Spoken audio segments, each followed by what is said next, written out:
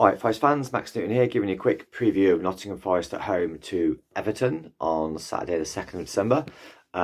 It's Christmas, and we're hoping for a present of a great 3 points for Forest that will ease us away from the relegation zone, and that's what I think we'll get. I think Everton are a dangerous side. They're in a good set. They have been in good form. They really struggle to score goals, even with Calvert-Lewin in the side. I think is a quality striker, and I think Decore is the other real danger person. They're the two danger people, and set pieces.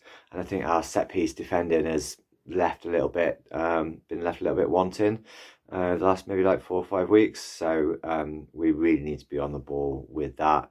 I think Niakate obviously limped off right at the end of the Brighton game, but I don't know whether he'll be fit, but I might be one actually for Bolly and Murillo. Murillo's strength, Bolly's height for those inevitable barrage of free kicks and corners from a typical Sean Dyche side. So that's what I think the danger is. And I think as a Forest, I think there's a lot of negativity about the performance against Brighton last week. But even though Brighton had a lot of the ball in the first half, which we expected to happen, I said that would happen. We still created, we scored a goal, and we created several really good chances and really good efforts on goal in the first half. And I don't think goal scoring is actually our problem. I agree with Dan. I think it's defending is a bit of the problem, and what the second goal came from against Brighton was unfortunately Anthony Elanga not getting back to help Toffolo out, which he'd been doing superbly well for the first 20 minutes of the game, and he just maybe a lack of concentration or just caught out a little bit, and he wasn't back in time. Toffolo was sort of dropping back a little bit, and the winger or the wing back had all the time in the world to put in a peach of a cross and pick out João Pedro to head in.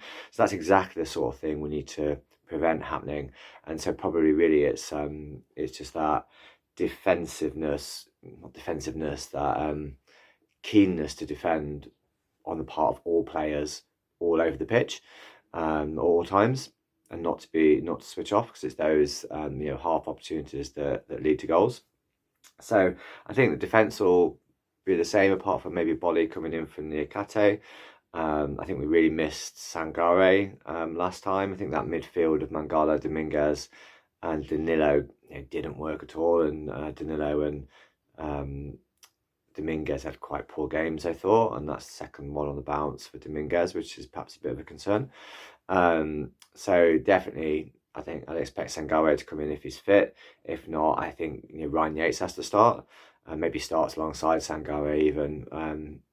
But I guess the difficulty is for Cooper is how to fit all of those players into midfield, because I think we'd all probably quite like to see Morgan Gibbs-White in the centre of the park, where we keep saying that he could do more damage there, and he certainly looked, created a lot there in the second half, after we went 3-1 down against Brighton. But let's not forget, he also created a goal for us in the second minute, and looked very dangerous down the right, putting in crosses. So it's a bit of a conundrum for Cooper, I think. And I think he'll go Mangala, Sangare, maybe Ryan Yates in the midfield, to really fight that sort of midfield battle with a typical Sean Dyche side that then allows forward players and wide players to really get into the game. I expect Chris Wood to start.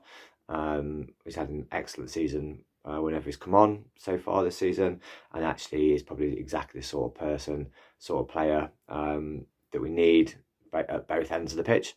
So it can be really helpful in defence. So I'm going to go as a prediction. I'm going to predict we lose.